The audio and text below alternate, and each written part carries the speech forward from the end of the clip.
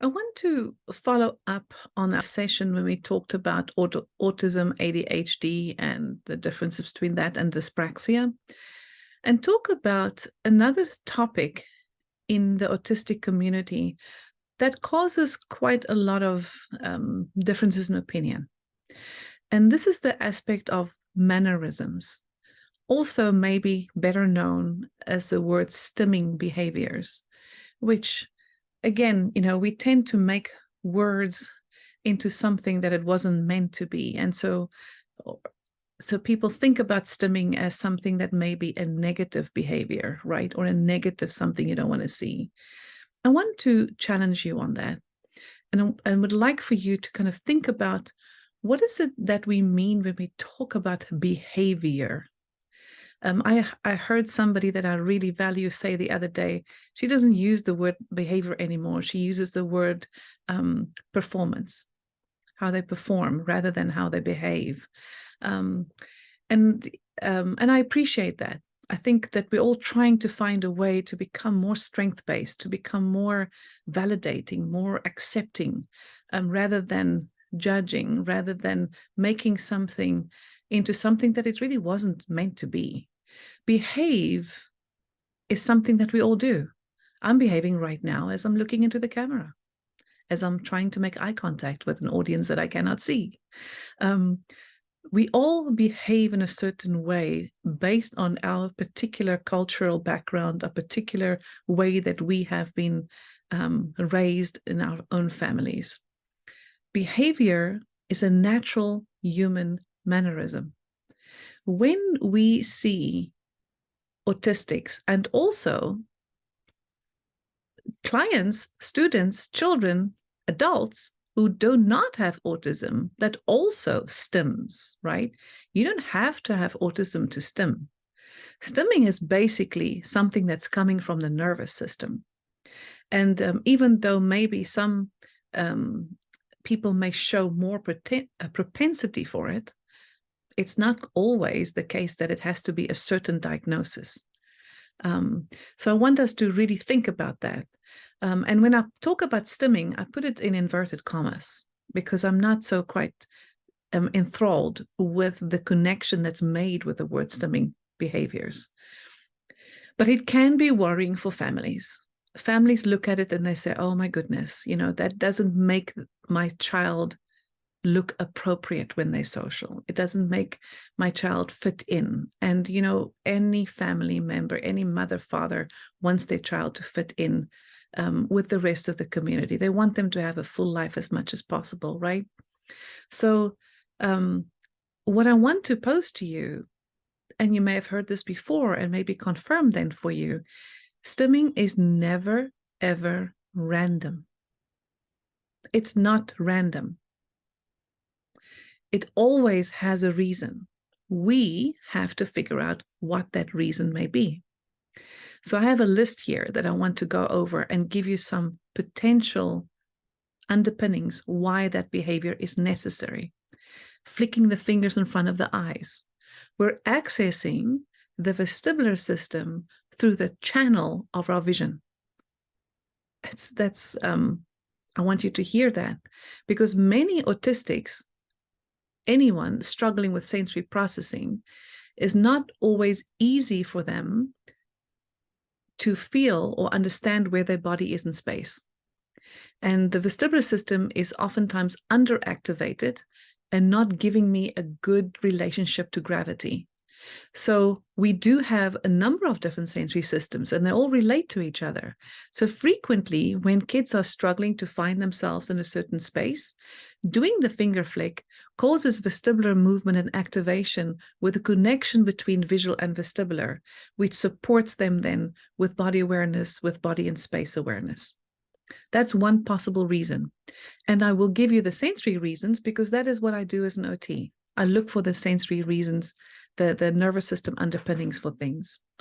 When they do the finger movements while they're focusing on something, right? That is really something that helps them to regulate and keep them in the moment. It also occupies their peripheral vision so they can use their central vision on the work in front of them. When they're doing the rocking back and forth, right?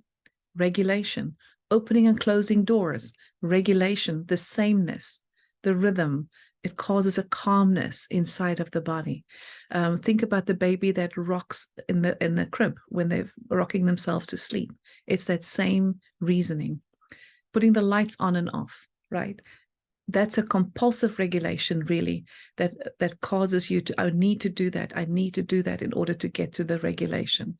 Spinning in circles, vestibular information. I need to feel my body. I've got different registration points in my inner ear, like the semicircular canals, and they get activated with this whole spinning motion. And it helps me to feel that rush in my body, gives me more connection to the ground. Hand flapping, right? Hand flapping. We've seen those before. It could be an active motor reflex. It could be a high guard that it keeps me vigilant to where I am in the space that I am. It's also connected to regulation.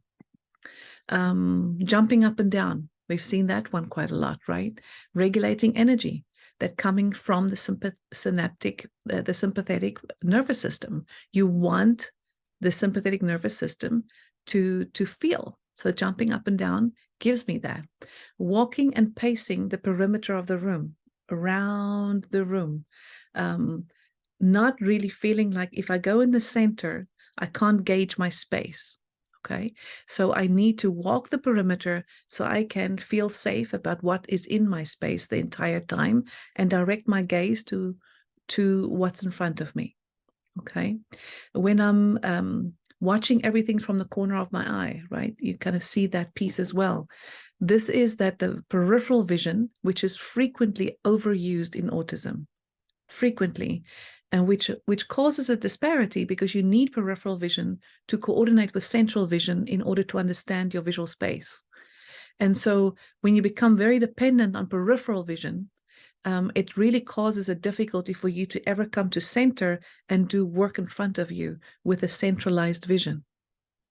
Right, so there's a definite discriminatory piece that we have to look at. When you are lying flat on your back in the middle of the room, I've had kids who come in and the first thing they do, they just lie down and they just watch everything from their back. They can't handle the space behind them. If they can't see it, they don't know what's coming at them. So they lay flat on their back. They like to sit against a wall that nothing can come from behind. We need to take care of that in terms of classrooms and where we place autistic children in their classroom. What is their back facing? Many of them have a very hard time focusing if they feel like something's going to come and get them where they cannot see it coming. Self-injurious behavior, slapping themselves, right, over and over, hitting their heads. These are kids who need an intense need for input, and sometimes could also be in intense pain, gut pain, stomach pain. There's a very famous doctor that I like to send kids to for the gut issues, Dr. Bowie. I believe he's from Boston. I just have his phone number. I just dish it out, right? When I feel like there's an issue that we can really see that the child is needing so much, but they can't tell you they're in pain. They can't verbalize it to you. And then this is a way for them to try and say, to release it. Think about when you've hurt your finger and you sort of press on it, right? You press on it hard and it almost like numbs that area, right? So think about that when you see kids do this. And where is the pain located? It might be possible, but it could also just be that they need much more input. They're not hurting as much as you think they are. I'm hurting much more looking at that than they are feeling it. It's that under registration of information, and that they're trying to find a place of tolerance for. It's, those are skimming the surface. The message I want to give you is that it's important that we chase the why. It's important that we look at, where is this coming from? If we do not understand the needs of an autistic individual,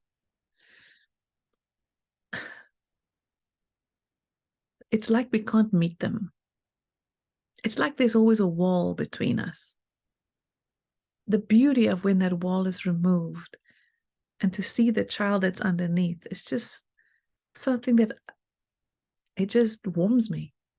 It just makes me feel like, okay, we're going to do this. We're going to do this, right? But for that, we must have respect for what they are giving us.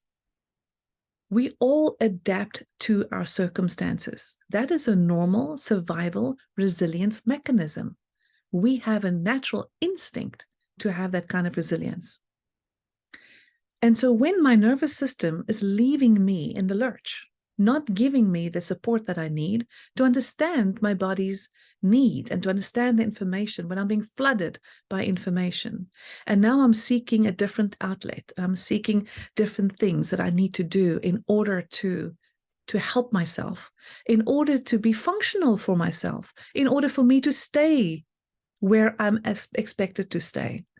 And now I come and say, I don't want you to do that. Sit on your hands. We're going to extinguish that behavior. How many times have I seen families, or heard families say, rather, we've tried to get that behavior off, but then another behavior crops up. Why? Because it's not, the behavior is not the issue. The reason for that mannerism is the issue, or the reason for that performance is an issue, right? So I want to challenge you to think about that, to think about the children that you're seeing, and to see that when they're doing that in your session, or if you're a parent and you're looking at home, when you're seeing that, try and figure out, what does that mean? And why did it specifically crop up now? Is there something here related to what that mannerism is giving us at this moment? We cannot ignore their needs.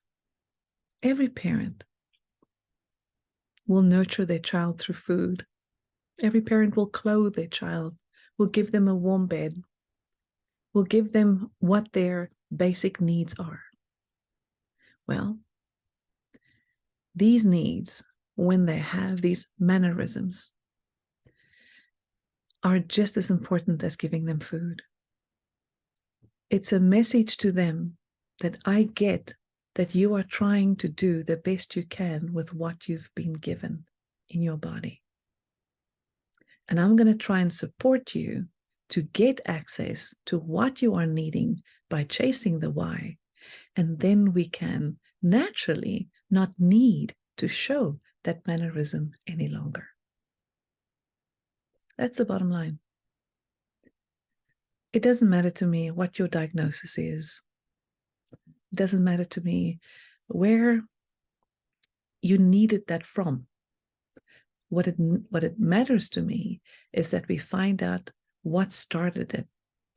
And can we find a way to appease that need so that you can form a better adaptive response, that the child that you're treating can form a better adaptive response that will be functional and will be useful for them in order to be the best that they could possibly be. I look forward to comments and to questions if you have them.